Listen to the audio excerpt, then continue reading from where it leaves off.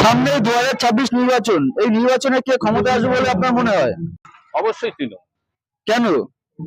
মমতা ব্যানার্জি যে প্রকল্পগুলো চালু করেছে ওরা সব বন্ধ করবে।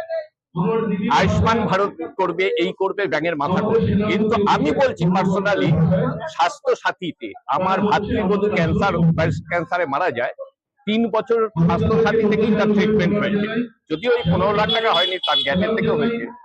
এই সুযোগ সুবিধাগুলো কি হয়?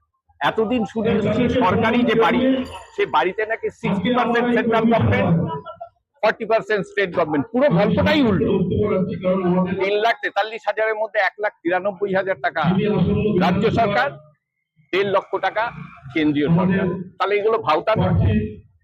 আর 2 নম্বর আরেকটা গল্প, যে মোদিজি অমিত শাহের ছেলে যে জীবনে ক্রিকেট তো দূরের কথা, একটা লুডুও খেললো না, সে আন্তর্জাতিক ক্রিকেট কন্ট্রোল বোর্ডের প্রেসিডেন্ট হয়ে গেল। How can it be possible?